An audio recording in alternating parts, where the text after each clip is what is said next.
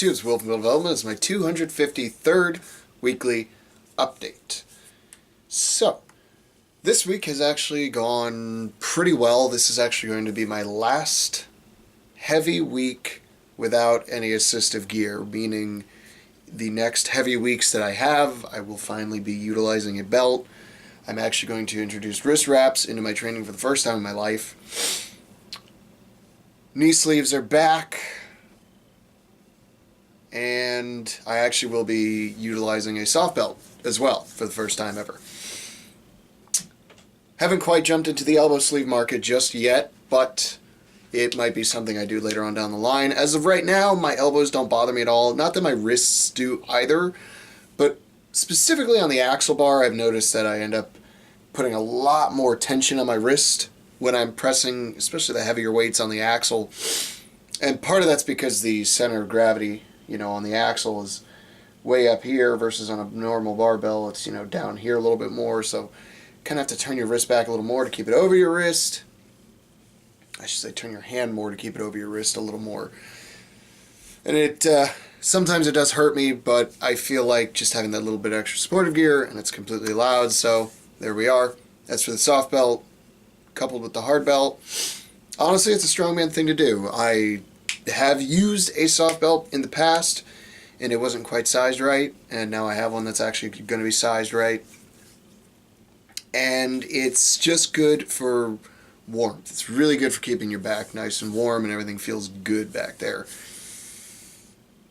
So I'm excited to reintroduce the gear. The reason I'm not doing any more heavy weeks without without assistive gear is because I only have 7 weeks left, and 6 weeks is really crunch time. This is where numbers are going to start getting really heavy, closer to comp weights, I should say. So next week is going to be a little mini deload. Numbers are going to be higher than they were on previous deloads, still unassisted.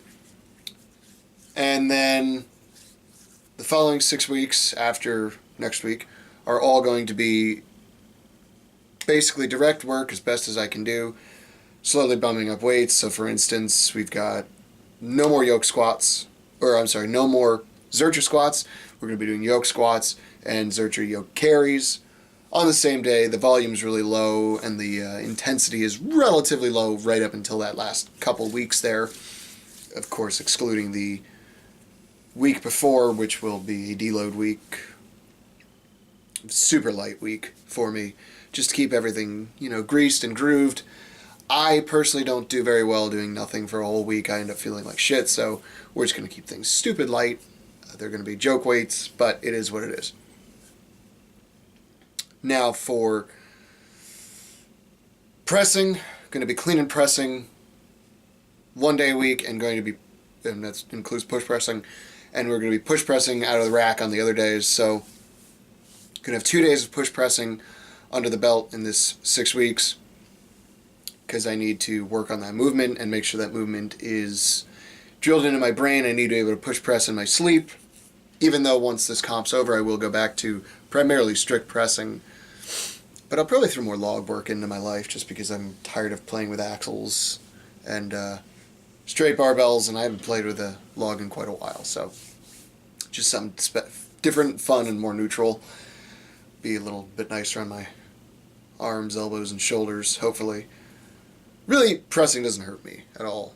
Like I said, the only time it's been my wrists on some of the heavier sets, especially with the push pressing, because I tend to sort of jerk the weight almost up on some of them because it's a little bit lighter, until I get to the actual weights where it's like, oh shit, I can't really do this, But, just catching it sometimes hurts the wrists. And then for the deadlift, moving away from the tires, which were at 14-inch pull. This week I actually tried them out in a rack, and the lowest I could get on the particular rack I was using was actually 16.5-ish inches. And the comp's going to be at 18, so I will be training at 18 inches those 6 weeks, just to try to get as close as I can to comp. I don't know what the handles are going to be like. I don't know what the apparatus is going to feel like. I'm just trying to get as close as possible. The only other event is going to be the Husafell stone carry style, Husafell style stone. We don't have a stone. But what I'm going to use is I'm going to use a sandbag, and I'm going to get pretty close to the weight, and basically one day, or I'm going to work picks with a particular weight, and then I'm going to work picks and runs with a particular weight, and just slowly dial those numbers up as the weeks go by. My plan is that a sandbag should be a lot harder to do than a stone, I'm hoping. Especially the way I'm going to pack the sandbag. It's going to be relatively loose, so it should be a lot harder to pick and to carry. And with that in mind, something as stable as a stone shouldn't be that bad. Really, just to get points on that particular event, all I have to do is pick it and put it on my lap. So if I can pick it, put it in my lap, I'll actually be pretty damn happy. But I know if I actually get it to my lap, and when I get it to my lap on comp day, I'm going to want to try to move with it. So my goal for that is to take at least one step. Anything past that is just fucking frosting. I know there's another one.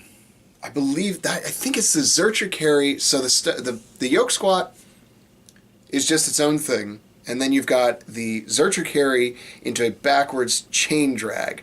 We just got some new chains at the gym. The owner finally was, not that he was procrastinating, but where he was planning on ordering them from finally got the chains in. And so we finally got those chains in.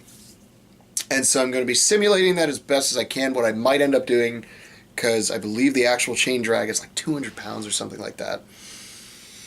What I probably will end up doing, I think the closest we can get to is probably like 150. So what I'll probably just do is keep the 150, shorten my time over 50 feet, and then do some extra runs at maybe 100 with, some extra feet.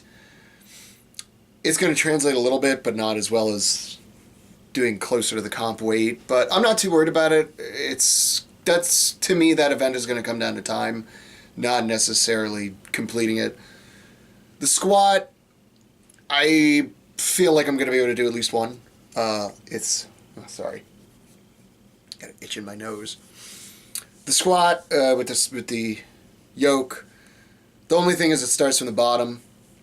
My plan is to get one, and if I can stand up with the one and it feels okay, then I'll go for another. The problem is you got to wait for an up and a down call, so you never know how your judge is going to be on that particular event. So if I end up going down and then they make me sort of pause down there, it's going to be one of those things because I need to save my body.